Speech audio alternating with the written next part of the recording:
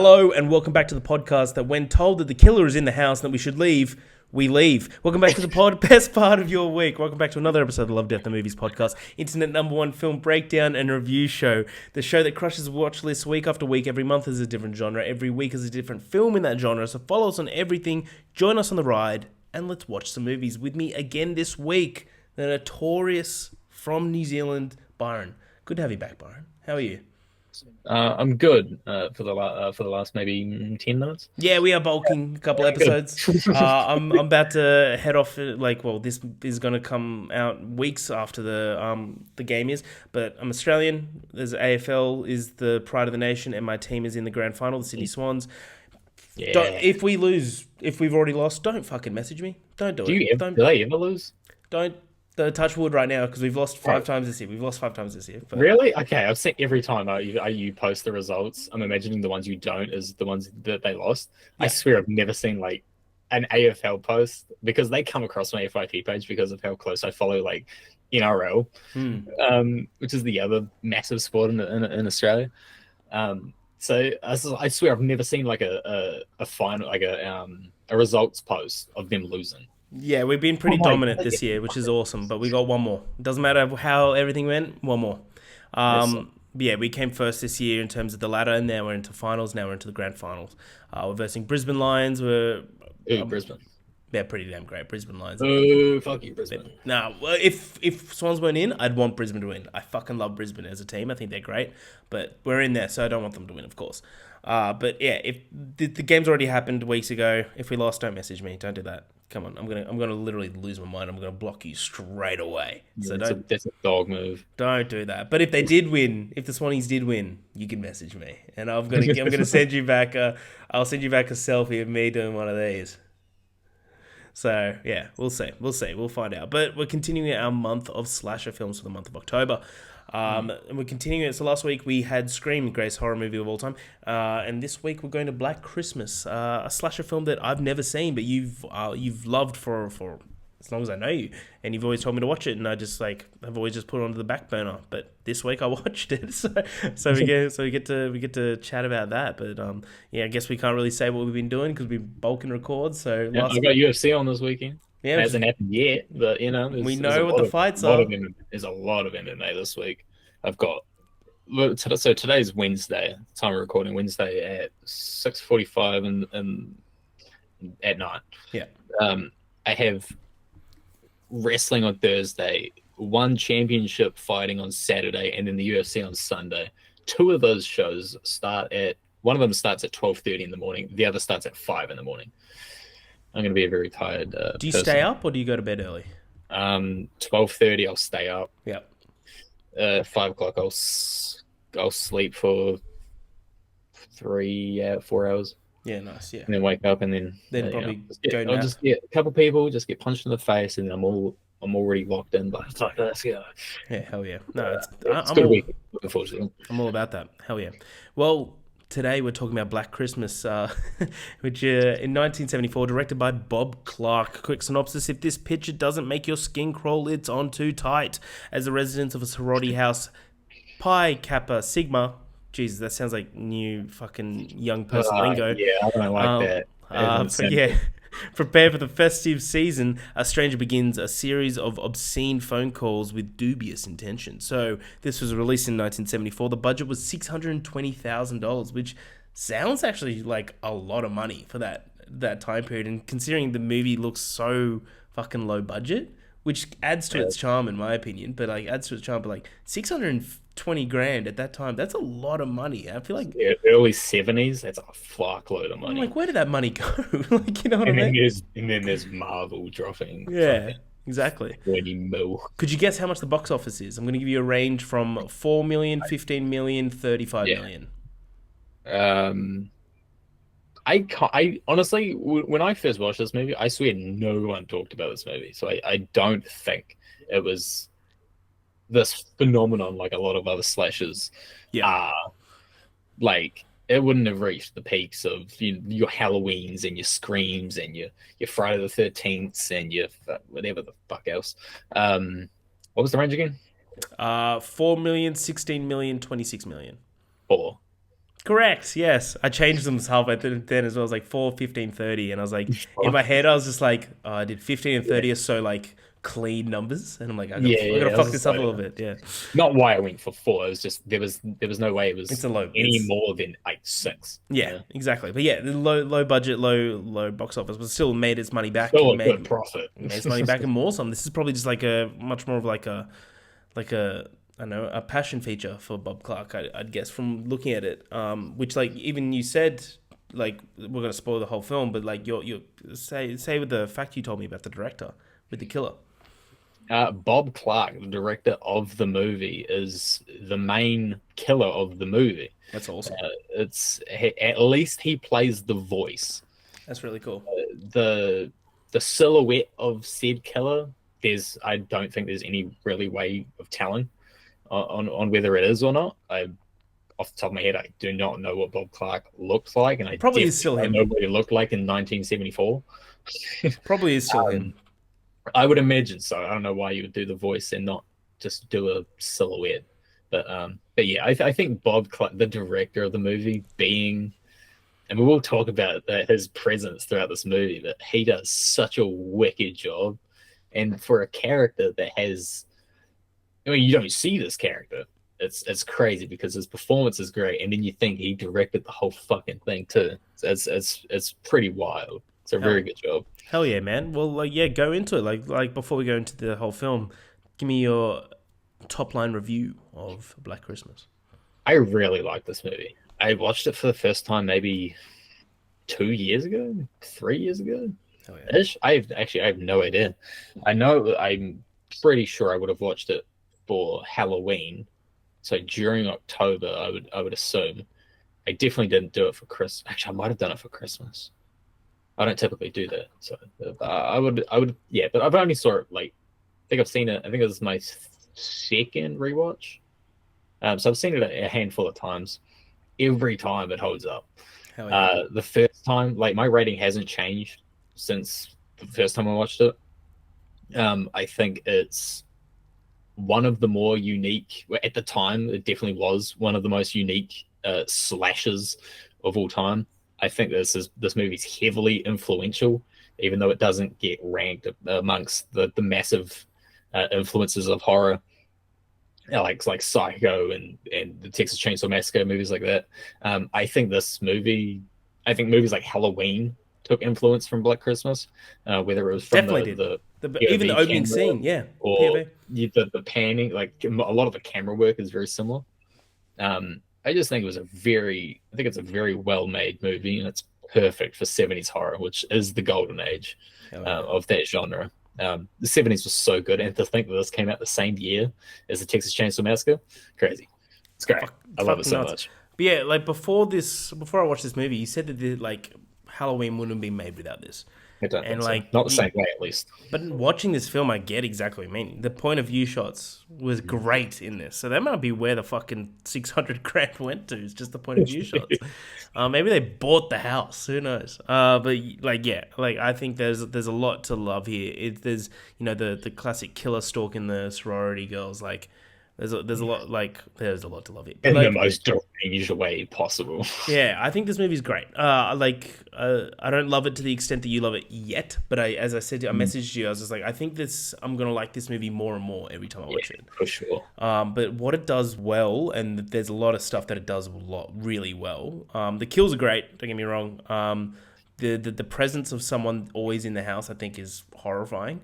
But the fucking phone calls are outstanding. Like the phone calls are chilling as fuck, and this movie made in the 70s, and it still it gave me goosebumps when I was watching it. Yeah, which is sick for a horror movie in the 70s. That is an absolute test. But I seriously enjoy this film. I think this movie's great. It's one of those movies I can't wait to rewatch it because I think I'm going to take more and more out of it. I know there's a couple of remakes. I'm probably never going to touch them. If I'm being honest, like I just don't see the opinion. I don't see. I mean, I didn't even know the third one existed. Yeah, apparently the third one's god awful. The 2006 remake slash reboot. It's a remake, but it's so much different to what Bob Clark's original was. It is a good movie.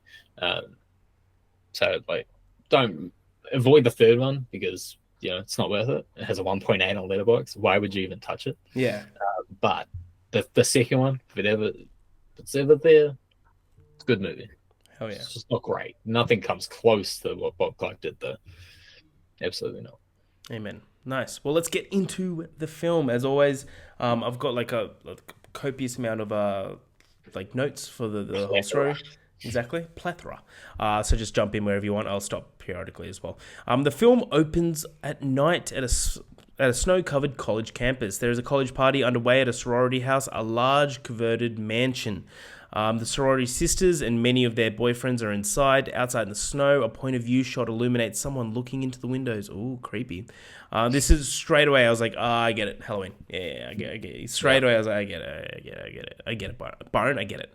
The person breathes heavily because that was weird and seems to be a man, but that is all that we can tell. The person prowls around before climbing up a rose trellis, whatever you call it. I have no idea what the proper terminology the fucking like ladder of the plant ladder, the plant ladder. The plant ladder, yeah. And entering the house through an attic window, he then climbs down through the attic trapdoor and lurks on the upstairs of the house while watching the girls downstairs. Quite creepy.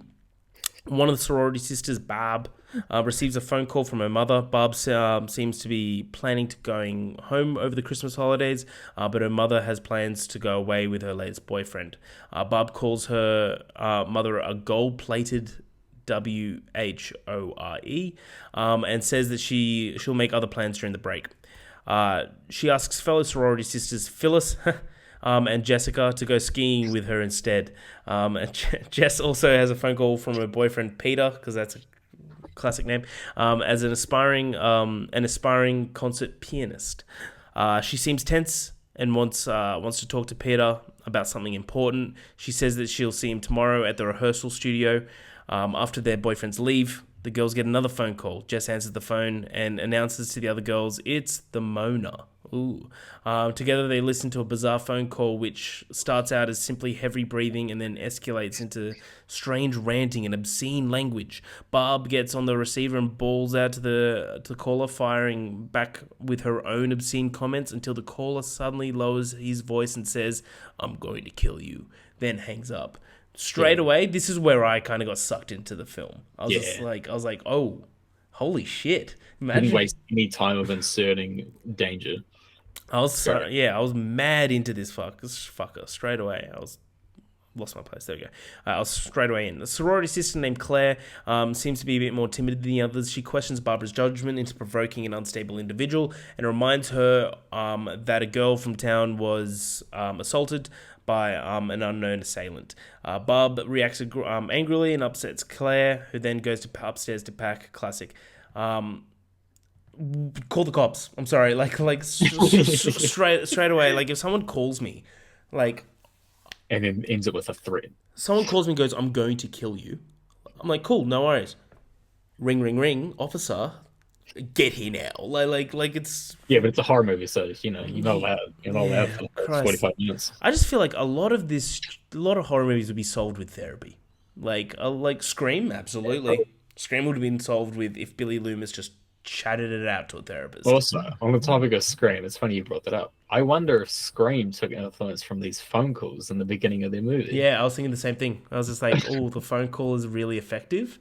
So then, Scream actually, It only just came into my mind as you were reading it, but it would make so much sense. Absolutely. So yeah, Claire goes upstairs to pack. Her father is picking her up in the next day. By the way, her father is just hilarious looking. Every time he comes on screen, I'm like, nah. Oh, he's great. Her father is picking her up the next day to take her home for Christmas. Claire finds Claude, the house mother's cat. By the way, a house mother is in a sorority. You have an older person that is kind of responsible for the whole house. She calls her the house mother. Yeah, responsible. Yeah, she's just a rapid alcoholic. She's just doesn't she hide liquor in the toilet?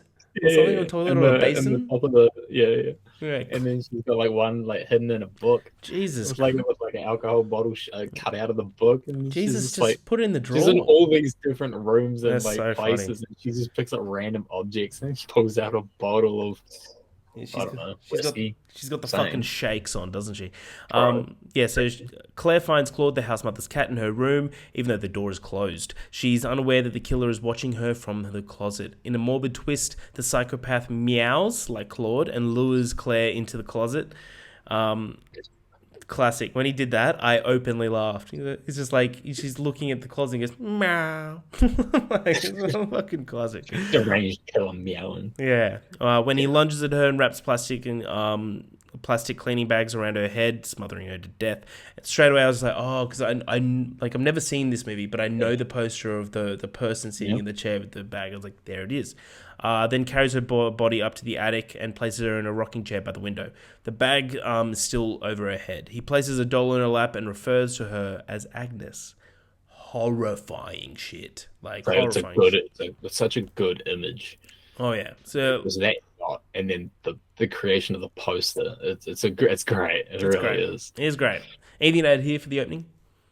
I think this is one of the more underrated horror openings. Well, at least for slashers. Yep. Actually, no, fuck that. All of horror. I think it's really, really good. I think the way it starts. I mean, literally the first thing you're seeing is the POV from this deranged psychopathic maniac. You Yep. know, which I think, and I like how they introduce the characters super fast because obviously throughout the entire movie, so you don't need to spend all this time at the beginning. You know what people are here to see is it's a slasher. We're not Yeah. looking. People aren't necessarily looking for like an over the top narrative. Yeah. They just kind of want to see a fun little story with a couple of people dying here and there, which I think this movie did really well. I think they inserted the danger, the threat of this killer really fast, which I thought was really good. And it's just his voice. You don't even see the fucking guy. So good. I think that was really good. The constant POV shots of him hiding in several places, just watching all these characters is Horrifying. pretty fucked up. I think this movie did a really, really good job with its opening scene. I'm a big fan. Hell yeah. No, I wholeheartedly agree. And just to touch on like watching this now, and you definitely just pick up on the opening scenes from other horrors. So like of course the POV from Halloween and then even like the phone calls from Scream. You just definitely see like the influence that this film had. For sure. Yeah. Just damn good. So downstairs the other girls are oblivious to Claire's death, classic, and they welcome in the house mother. They welcome in the house mother, Mrs. Mack, who seems to have returned from shopping. They present her with a Christmas gift, a frilly nightgown. She pretends to like it, but makes sarcastic remarks about it. While she's alone, Mrs. Mack goes up to the library and seeks a book, quote, B for booze, and as Byron said, hidden inside is a bottle of brandy, which she takes a secret drink. She then later fishes a bottle out of the toilet tank in her bathroom as well and rinses her mouth with booze and while brushing her teeth. This woman is a rapid, just a fucking absolute unit of an alcoholic. So the next day, Claire's father, Gold, comes to collect her, but she is not at the appointed place. When he seeks her at the sorority house, he is shocked by the sexually aggressive posters that she finds in her room. He's also surprised that she has a photo of a boy next to her bed, which is her boyfriend, Chris. Mrs. Harrison seems to blame Mrs. Mack for the presumed attitude in the house. Mrs. Mack assures him. Sorry, Mr. Harrison blames the house mother, that for the attitude in the house. Mrs. Mack assures him that Claire is a good girl and that she's probably off at one of the fraternity houses visiting Chris. Mr. Harrison offers to drop Mrs. Mack off at the store on his way there, but before they leave, Mrs. Mack hears Claude meowing, but cannot find him. He is in the attic. Classic. We'll go up to the attic a bit later. Jess visits Peter while he's practicing for a very important audition, and she breaks some news to him. She's unexpectedly pregnant. Ooh. Peter thinks it's good news, but Jess admits that she wasn't even going to tell Peter about it. Jess intends to have a procedure to not be pregnant.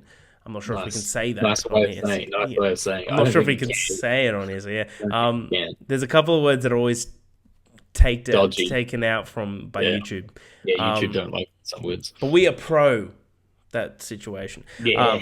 Peter is admittedly opposed to this and makes an ominous threat against Jess for even considering such a thing. God, Peter's such a fucking loser. What a beta. Barb is at a fraternity house with Phyllis's boyfriend, who's dressed like Santa and taking photos with small children. Okay. Barb has a bottle of wine and is getting drunk. She then gives one of the children a sip of alcohol. Lol. Mr. Harrison phones home and assures his wife that they will find Claire. Back at the sorority house, Jess receives another obscene phone call. This one is more elaborate. The killer speaks in different voices, making references to Agnes and Billy. They also he also seems to be speaking in voices of two adults, presumably the parents of Agnes and Billy. The voices also seem to overlap at times, adding to the unsettling effect. This is so creepy. Jess is upset, especially after her confrontation with Peter. So Phil, and Barb take Mr. Harrison to the police station to report Claire missing. The officer on deck on duty at the desk, Sergeant Nash, who's hilarious. I love this guy. Endures hospitality from Barb about the incident. Sergeant Nash tells Mr. Harrison that he's sure Claire is just somewhere with Chris. Sergeant Nash asks Barb for a phone number at the sorority, and she tells him it's a word that we also can't probably say, 20880. So it's an exchange for FE. You can look up the quote if you haven't seen the film. She explains. Nash, who apparently does not know the meaning of the word that she said, writes it down and thanks her. Lol, ciao. Back at the sorority house, Mrs. Mack tells Jess that Claire is missing. So Jess goes to see Chris at hockey practice. Chris is furious that when Jess tells him that the police are not taking it seriously enough because they think that she's just shacked up somewhere with him, but he obviously has no idea. Which is crazy that they didn't straight away just call him. Like, just give him a call. It's like, oh no, he's probably with this guy. You're going to call him? It's like Bob Clark's told the cast, this is like, we've only got a number of times where you can call someone. Yeah. Whatever. So Peter performs his audition and fails miserably, distraught about the news Jess has given him. The instructors who listen to the recital are shocked that he cannot seem to hit the right notes, and later he destroys the piano after they've gone. Fucking loser. Just because you messed up one little recital, there'll be another one, you impatient... Fuck this piano. You impatient little man. Chris and Jess appear at the police station, and Chris angrily lashes out at Sergeant Nash for having a big mouth, meaning his suggestion that Claire is shacked up with him. Lieutenant Fuller, I like this guy. He's a very straightforward dude. Overhears and becomes interested in the case because that's how police work is done. And he has already been taking another missing person report from a distraught mother named Mrs. Quaife, I think her name was, whose 13-year-old daughter, Janice, had suddenly disappeared while away from her home. So anything to add here? This is kind of like all the same. Nothing really crazy going on, but we're kind of just like in the fucking thick of it, you know? This is the point, because this is a slasher movie. This is where they start trying to give motives to characters. Oh yeah. And trying to set it up for the reveal that, you know, we never actually happens. But which I love that, by the way. Amazing, brilliant. I fuck it. Yeah, I love it too. I think this is what I was saying before we started recording. Like there's a point towards the middle of the movie where it all slows down, and this is where all the narrative and character development is. You know, they do the initial kill in the attic. You get all that haunted imagery, all these disturbing phone calls, and although that still exists throughout, it's very loosely placed throughout the middle. I don't think it's a positive, but I also don't think it's a flaw, because without character development, you don't have that much. You need narrative, you need storylines, you need character development. So I think it's all important, but I would imagine this is people that rank it lower. I would probably, I'd think it's because of this middle ish section, because it does slow it down, which is understandable. I like it, but I understand why people wouldn't, you know. Hell yeah, fuck yeah, I wholeheartedly agree. I did feel like it, I wouldn't say drag, but slowing down is probably the better, better sure. scenario. Because if it kept going at the front, it's going to be something like You haven't seen it, but in Violent Nature, where it's just kill, kill, kill, kill, kill, and it's just like kind of like loses substance. Yeah, I've seen people talk about that movie. Movie fucking sucks. Anyway, this movie's great. Mr. Harrison has a dinner with Phil, Barb, and Mrs. Mack at the sorority house, but Barb is extremely drunk and launches into a vulgar tirade that ends with her lashing out at others. Barb feels guilty because she was careless to Claire and says that the others think her disappearance is Barb's fault. Barb's curt suggestion that Claire might be dead shocks Mr. Harrison, and Phil reacts angrily, telling Barb to go to bed. Go to bed, Barb! I love that fucking scene. Go to bed, Barb! Bob's bitch. Yeah, Barb goes upstairs and leaves them alone. Meanwhile, Jess and Chris come back to the house and tell others about Janice's, the little girl's disappearance. A search is underway, and Phil and Mr. Harris join them. Mrs. Mack tells them that she's leaving for her sister's house and may not be there when they return. That's fucking convenient. I do love that where she's just like, oh, good luck. Adios. Like, she's the fucking house mother. It's like her job is kind of just to make sure that that it's like everyone's safe. Yeah. She's like, someone's clearly missing. She goes, cool, I'm gonna fuck off. It's like it's okay. This is gonna be a weird comparison. Home Alone. Yeah. You know, like they don't. It's like you didn't like realize like your fucking kid's not there. Yeah, exactly. Why are you forgetting about these like characters that like if in real life you would obviously be like, oh yeah, where the fuck is where the fuck so and so? You know, where wait, who are they missing? Claire? Is Claire missing? No, Claire's still here. Who's the person that at beginning was missing? I'm not saying about their names, man. Their they're names all the same. All annoying. They're all the fucking same. I mean, bro, the boyfriends of fucking Peter and Chris. You know, it is Claire. It is Claire that's missing. Claire Harrison. Yeah. All right, yeah, it's true. Yes. Classic. Yeah. So when Jess leaves, Mrs. Mack packs her bags and calls a cab, but is distracted by the sound from the attic. The killer lures her to the attic by making sounds of a cat. When Mrs. Mack opens the attic door, he swings a large hook at her, designed to pull things up in the attic crawl space. This is terrifying, but it's also shown so well that it's not like super violent because they could have easily done like some grotesque violence. They did an off-screen thing, but it was like the feet go up. Unreal. Yeah. So good. The hook impales her under the chin and hangs her. I'm guessing it's under the chin. Outside the cabbie becomes impatient and then just fucking leaves. The extensive search of the park turns up a body, which is the young Janice. Jess rushes back to the house where she receives another frightening phone call from the killer. Again, he uses multiple voices and reenacts some weird scenario involving Naughty Billy and Baby Agnes. This time, Jess calls the police, finally, to report the obscene phone calls. As she talks to Sergeant Nash, a figure approaches her from behind and startles her, but it is Peter, who has been napping in the house while waiting for Jess to return. Hilarious. Nash does not take Jess's report seriously. These movies, man, just fucking listen to people. Although Mr. Harrison, sitting next to him at the police station, overhears him talking about Jess about the calls. He and Phil and Chris tell Lieutenant Fuller about it, and Lieutenant Fuller angrily scolds Nash for being so inept. Classic, fuck you, dude. Meanwhile, Peter proposes to Jess. In the most like shittest way possible. It's terrible. He just proposes to her. He would like to quit the conservatory and marry Jess and become a father to the child.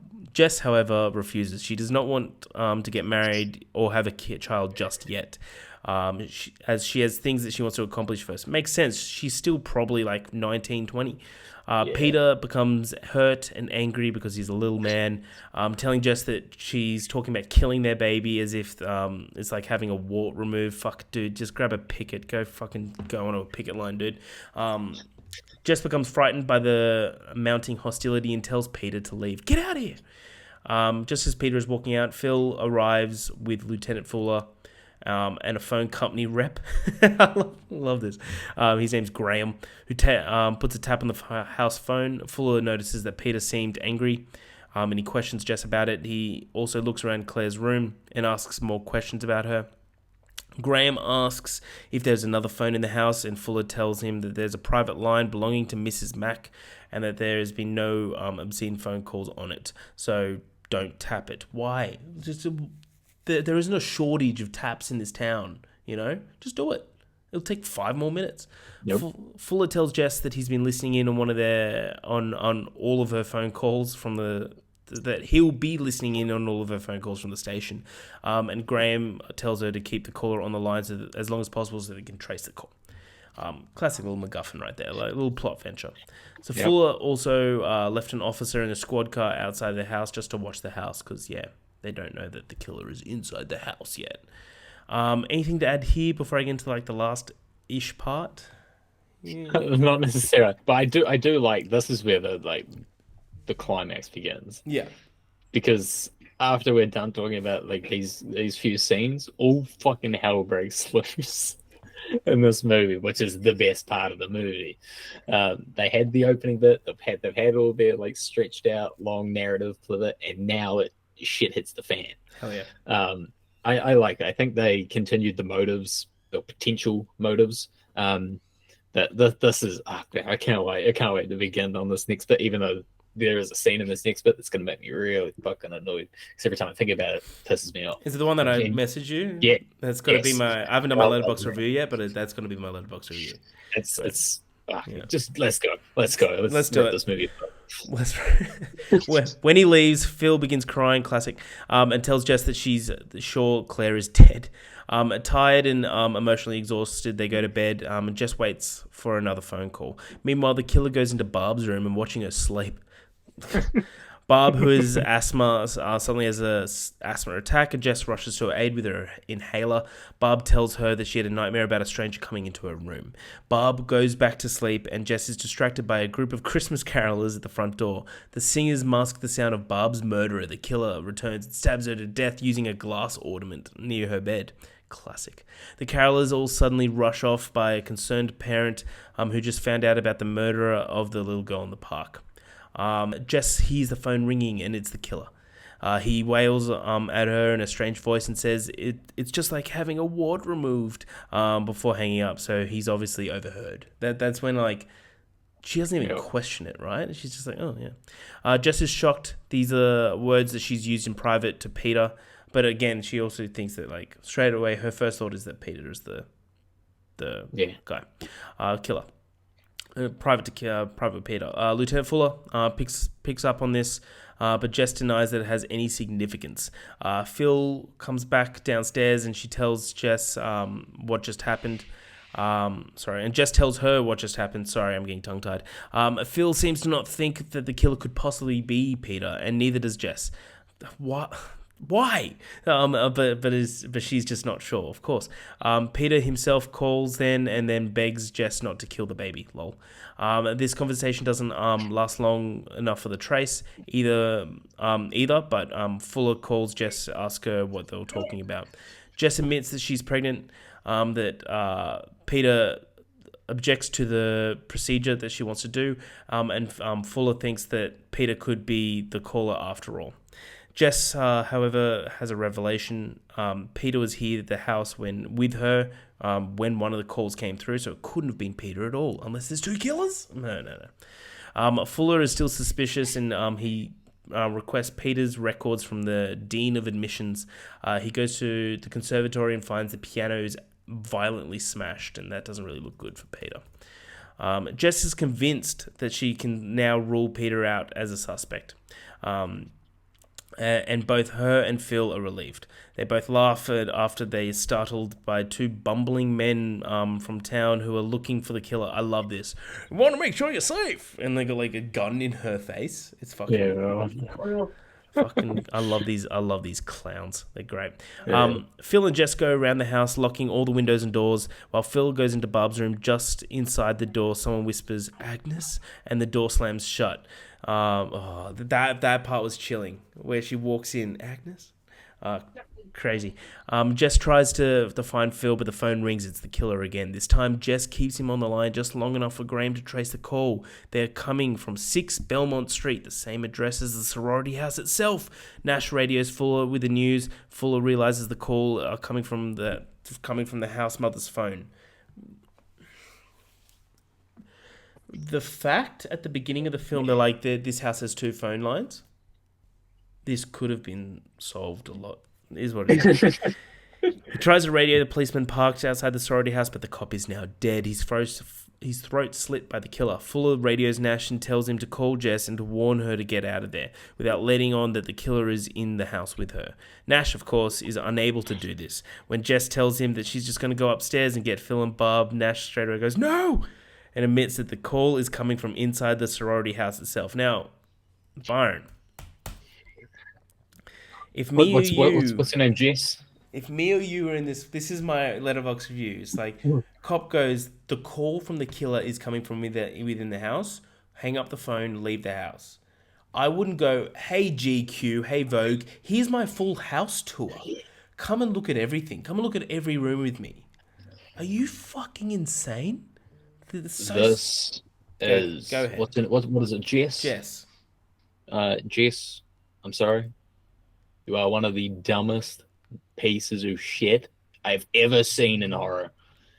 One of the dumbest decisions I've ever seen. Everyone says, horror characters are always the dumbest, bro. None of them had shit on Jess. This is one of the dumbest decisions ever. The killer is pretty much saying the killer is in your house. Yeah. You're at the front door. Yeah. Leave. And then she turns around and Don't starts screaming go the other out. way and try to look for him with this shitty fucking sorry. This shitty little rod. Like, you're not gonna do shit. Not gonna do shit. Just leave the fucking it's just one of the dumbest thing. I mean, it is the dumbest thing you could possibly do. I think it's one of the dumbest moments in horror history, which is saying something, because there's so many There's a lot of dumb bad moments. decisions made by stupid horror characters, always in slasher movies. But this is one of the first ones, so kind of takes a praise a cake, little to be bit. honest. I was losing my mind when she idiots. turns around and screams out, and then she just walks upstairs. Oh, it's so stupid. But yeah, Jesus. let's get to the end. So Jess is terrified. She screams out for Phil and Barb over and over again, and over and over and over and over and over again. The house is silent. Instead of leaving, Jess gets a poker from the fireplace and goes upstairs. In Barb's room, she finds the bodies of both Phil and Barb on the bed. And from the crack in the door, Jess sees the killer's eyes watching her. "Agnes, it's me, Billy. Don't tell him what we did," he whispers. Jess slams the door on him and runs. Howling in rage and pain, the killer chases after her. With no time to unlock the front door, Jess heads to the cellar. The killer catches her hair as she passes the stairs, but Jess is able to break free and bolt the cellar door just behind her. Eventually, the maniac starts pounding on the door, and Jess hears the sounds as if he's going out the front door. Unsure, she remains in the cellar. Through the basement windows, I love this scene. I think the scene's really chilling. Through the basement windows, Jess can see someone prowling outside. Unable to gain admittance, the figure seems to spot Jess in the cellar. It is Peter. He calls out to her, but Jess ignores him because she still doesn't know if he's the killer. Peter breaks a window, enters the basement, goes, "What's the matter, Jess?" As he approaches her, he will not be dissuaded. I'm sorry, if you're trying not to be the killer, you're doing it the wrong way. Yeah, bro made him look like the number one sus. He's just like, "Wait, you don't think I'm the killer anymore?" But he's like, what's going on, Jess? He's just like, maybe I smash this window and then creepily say my dialogue and become number one again. So say, bro, so why? creepy. Why? But the scene itself, very so good cool. scene. I love it. Super logical for Peter. Yeah, how you can hardly see the guy outside. I think it's so checks funny. the window, climbs in, and just slowly walks to her, saying bro, I had fucking Billy Loomis dialogue. Yeah, it's like he was trying to come off as a psychopathic killer. What's up, Sid? What's up? So outside, Fuller arrives with the other policemen close behind her, and they find the patrolman dead in his car. Sorry. Hearing Jessica screams inside the house, they break in, but by the time they reach the basement, they find Jess and Peter lying together. They appear to be both dead, but Jess stirs. She has killed Peter with the fire poker. Sorry, Peter. Shouldn't have been such a loser. A doctor gives Jess a sedative and she is sleeping, although the house is bustling with activity. Fuller, unable to question her, hypothesizes about the case, convinced that Peter was the killer. Mr. Harrison suddenly goes into shock. The doctor intervenes and wants to take Mr. Harrison to the hospital. Chris leaves with him, and so do all the other policemen. leaving Jess alone after she's just killed a man. And now she's knocked out and unconscious. Killed a man. There's a guard at the front door, sure. After they leave, the house is silent. The attic door opens. The bodies of Claire and Mrs. Mack are still up there, unnoticed by anyone. The killer climbs down in the attic, saying, "Agnes, it's me, Billy." As the camera slowly pans away from the house, we see a lone police officer on the front porch smoking a cigarette. Suddenly, the phone begins to ring, just as it did after all the murders that came before. So that is Black Christmas. Byron, anything to add on this ending? Give me a full review and give me a score. The ending of this is very flawed, but it is so fucking good, and I love it. I fucking love it because it doesn't happen very often where the killer wins. I mean, not necessarily doesn't like, but he doesn't lose. He does win. But he doesn't lose. Yeah. I love how they never caught him, and the one of the final shots of him just in the attic, and you just see it's not his silhouette because you clearly see a person there. You only see like the red eye. Yeah, is great. That's also the poster. Well, fuck that. I love that poster. The more I think about it, it's such a good poster. It's so good. I love this movie's ending. Peter deserved it. If you're gonna act like dumb fuck and try give off the sense that you're a killer, kind of deserve to die. Jess, super fucking annoying, purely because of that decision. Yep. I still can't believe she did. Yeah, it's so stupid. And then she tried leaving soon after, but I guess she had to stay there so we could see the bodies, you know? Yeah. They always have to do the final girl finding all the people that went missing beforehand. Yeah. So I get it for movie purposes, but in real life, like, why the fuck would you? Yeah. What are you doing? It just doesn't make sense. But yeah, I love this movie. It'll probably forever be a favorite slasher of mine. Probably honestly, maybe my second favorite Christmas movie. Oh yeah. Behind Die Hard. Yeah, just can't let that one sink in for a little bit. I think that's the same with me. I think that's the best one. But yeah, an action movie and a horror movie are my two favorite Christmas movies. Hell yeah. Why not?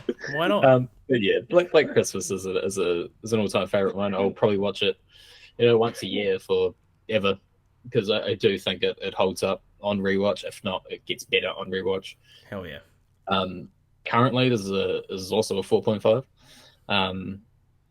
I think it's one of the more underappreciated horror slasher movies ever made. I think it gets overshadowed by all the other great ones that came out in the 70s. And I really like Black Christmas. I think it's oddly fun. I think there's a little bit of comedy in here, which is also very good for a movie that's intense is like crazy for 80% of the movie. I think Bob Clark did a very good job, not only directing but also writing and acting as Billy. So I think he did a really good job. I think the cast for the most part did a really good job. I was invested all the time in this. It's as soon as it gets you in, you kind of just stay there. I think it's flawed, but it's a very, very good time. I'll forever like this movie. Good movie. Hell yeah. I'm glad I got you to watch this. Yeah, I agree with you that I think it's heavily underappreciated. I do think it's going to be a movie that I'm going to like more and more every time I watch it. There's a lot to love here. I think that there's a lot of influences obvious. I like how small and contained it is. It's very tight. I think it's great.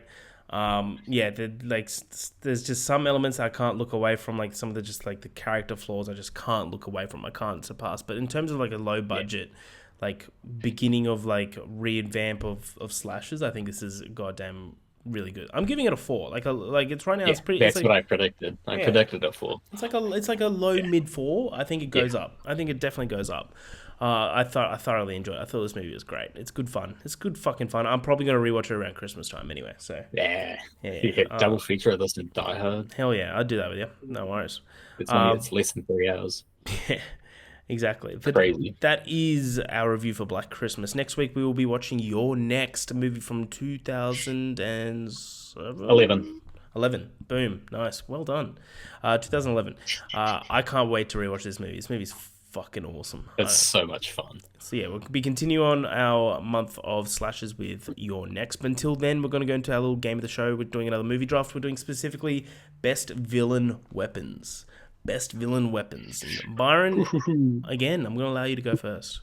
First pick. Oh. Well, I can go first if you want. No, fuck that. The ones that I want, I feel like they're kind of low key. So I'm gonna risk not taking them. There's a few that I don't think you will take, but I also didn't expect you to take V for Vendetta last week. But AKA 40 minutes ago. Yeah.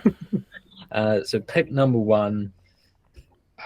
I'm gonna go with what I think to be the most iconic, which is Michael Myers' butcher's knife. Nice. Or just knife. I don't actually know what kind of knife it is, although I did work in a butchery. Pretty sure it's a butcher's knife. It's definitely a butcher's knife. Yeah, absolutely. Yeah. Awesome. Yeah, I'm going to go with what I think is the most iconic, which is Freddy Krueger's finger glove. Yeah, that's the one too, right there. Yeah. For sure. The number three. Yeah. Is number two for you. Probably number three. Is the third is the weapon from the third antagonist of the main three when it comes to slashes, and everyone knows what that three is. It's Michael Myers, it's Freddy Krueger, it's Jason Voorhees. I'm taking Jason Voorhees' machete, even though he doesn't need a machete because he's a fucking demon. Yeah, I love that. He's an immortal demon. And he uses a machete that you could buy from Bunnings for $6. Amen. Now, I've got a wild pick, but I fucking please no. I think I'm going to take it now. Surely there's no way.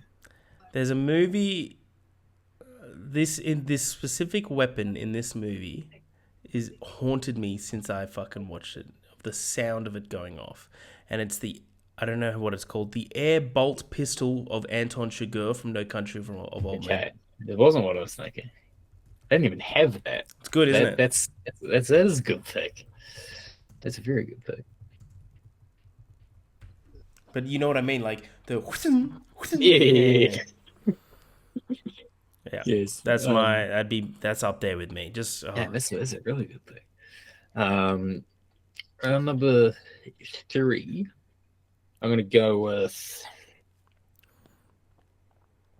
If I said Axe, would you know which movie? Jack Torrance, yeah. Okay, yes. I had that on my list. There is another one. Now I'm blanking on what the other axe is. Someone else uses an axe. Who the fuck is it? I can't think of who it is. But yes, Jack Torrance's axe. No, that's good. Just because of that, purely just because of that door scene. No, I love that. Yeah, the famous look.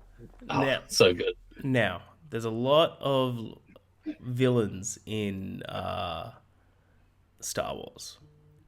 Yeah. Easy one is Vader. Yeah. I'm going Darth Maul's. Darth Maul's double-sided lightsaber. Yeah. Unreal. Yeah. Absolutely. Yeah. I've gone three. Three. I'm gonna just stick with horror. Go ahead. I'm actually gonna take technically it's two weapons. I'll allow it. It's Ash's chainsaw and broomstick. But it's villain's weapon though. We're doing villain's weapons. Oh, I'll include it because you didn't know the last time we were doing villains. That's fine. Yeah. Was it chainsaw and boomstick? Yeah, or just chainsaw hand. Oh yeah. Evil Dead 3, Ash, right? vote for me. Ash, vote for me. That's Evil Dead 3, right? What's the Army of Darkness? Jesus Christ, I had a fucking mental blank then. Ash really likes that movie. It's a great fucking movie. Yep, it is. So 4.5. I love that. How good are those three movies, though? Holy. Well, I'm gonna go. Yeah, I have to. I'm gonna go the Leatherface's chainsaw in Texas Chainsaw Massacre. Yep. It'd be weird if we didn't have three that. chainsaws. Yeah. Yeah. Leatherface wins that part. Yeah. Because Ash wouldn't run away. Amen. And I will end things with. Damn, there's a lot of hook weapons. I'm gonna go with the flamethrower. Actually, wait, no, because no, no. I'm gonna go with another underrated slasher. I'm actually Hmm. gonna go Candyman's Hook. Yep, that was on my list as well. Yes. I would have taken Candyman's Hook if you didn't take what I would call this. This is fucking good.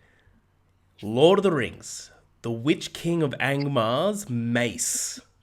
The big So fucking thing. these objects didn't even come to mind when I heard this draft. Yeah. Is This it is called the such a Witch King weird, of? this is such a weird topic. It's cool, eh? It's so expandable. And have you ever seen oh what's that? Uh oh fuck, what's the movie called? It's Big Mama's called House. Summer. No, it's called Summer something. It's oh my god, what is that movie? It's not like very good. Oh my god, what's the movie? What happens in it? It's a slasher. It's from the 90s. It's got summer in the title. Know what you It's did last summer? summer. No, surprisingly, there's multiple with summer in the title. Oh my god, what is it? But anyway, he uses a corkscrew, Corks. like one of the real big corkscrew, as like his primary weapon. It's Midnight movie? fucking No. stupid. Hold on, I can find it This for is sure. I can find it. Chris McDonald's Oh my Corkscrew. god, I don't know how I'm blanking on the title because it's such a Friday the there's 13th final there's chapter? several No. sequels of it. Maybe I'm just blanking on the title of it. It's not even has nothing to do with summer. There's a corkscrew in Friday the I 13th can final for sure chapter. find it.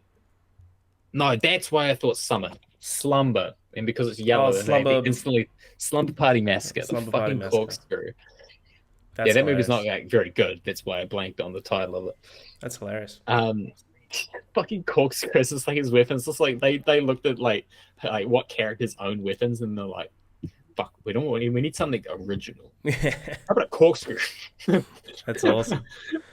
So to reiterate, Byron, you had Michael Myers' butcher's knife, Jason's machete, Jack Torrance's axe, the chainsaw hand in Army of Darkness for Ash, and the Candyman's hooks. I had Freddy Krueger's finger gloves, the airbolt pistol from Anton Chigurh from No Country for Old Men, Darth Maul's double-sided lightsaber, Leatherface's chainsaw in Texas Chainsaw Massacres, and the Witch King of Angmar's mace. I think that wins me right there, to be honest. So It's just like people would look at the graphic on that and just be like, what the fuck? But yeah, so next week, please watch your next so that we can continue on our Gladly. month of slashes. Can't wait for that. It's going to be good fun. But until Gladly. then, I'm Harry. That's Byron. This is Love, Death, and Movies. We'll see you at the movies.